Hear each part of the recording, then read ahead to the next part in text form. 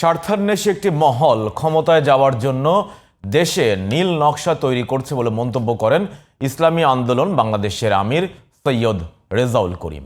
দেশে যেন তেন নির্বাচন হতে দেওয়া হবে না জানিয়ে তিনি আরও বলেন, দেশের স্বার্থে নয়, ব্যক্তিগত স্বার্থেই পিআর পদ্ধতিতে নির্বাচন চায় না একটি দল। হাসান আল মামুনের রিপোর্ট। প্রয়োজনীয় রাষ্ট্র সংস্কার ও সংখ্যানুপাতিক পদ্ধতিতে জাতীয় সংসদ নির্বাচন এবং ইনসাফভিত্তিক কল্যাণ রাষ্ট্র প্রতিষ্ঠার দাবিতে ৩৪তম প্রতিষ্ঠা বার্ষিকী উপলক্ষে রাজধানীর শাহবাগে ছাত্র সমাবেশের আয়োজন করে ইসলামী ছাত্র আন্দোলন বাংলাদেশ। সমাবেশে ইসলামী আন্দোলন বাংলাদেশের কেন্দ্রীয় নেতাদের বক্তব্যে উঠে আসে দেশের চলমান নানা পরিস্থিতি সহ নির্বাচন পদ্ধতি প্রসঙ্গ। কোন ষড়যন্ত্র, কোন চক্রান্ত ইসলামী ছাত্র আন্দোলন বাংলাদেশ এবং বাংলাদেশের ছাত্র সমাজকে দমিয়ে রাখতে পারবে না ইনশাআল্লাহ। আগামীতে আমরা নির্বাচন চাই, যেন তেন নির্বাচন নয়, ফলপ্রসূ নির্বাচন, সুষ্ঠু নিরপেক্ষ নির্বাচন, কার্যকর নির্বাচন এবং নির্বাচনের মধ্য দিয়ে যাতে ভালো মানুষ পার্লামেন্টে যেতে পারে। জনগণের মতামত নেন। জনগণ যদি বলে আমরা পিআর চাই, পিআর নির্বাচন হবে। জনগণ যদি বলে আমরা পিআর চাই না, আমরা পিআর দাবি করব না।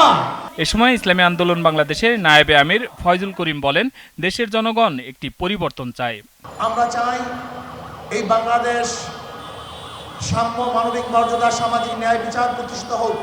প্রধান অতিথির বক্তব্যে দলের আমির সৈয়দ মোহাম্মদ রেজাউল করিম বলেন, কিছু দল ক্ষমতায় যাওয়ার জন্যই দেশের স্বার্থকে উপেক্ষা করে ব্যক্তিগত স্বার্থকে প্রাধান্য দিচ্ছে।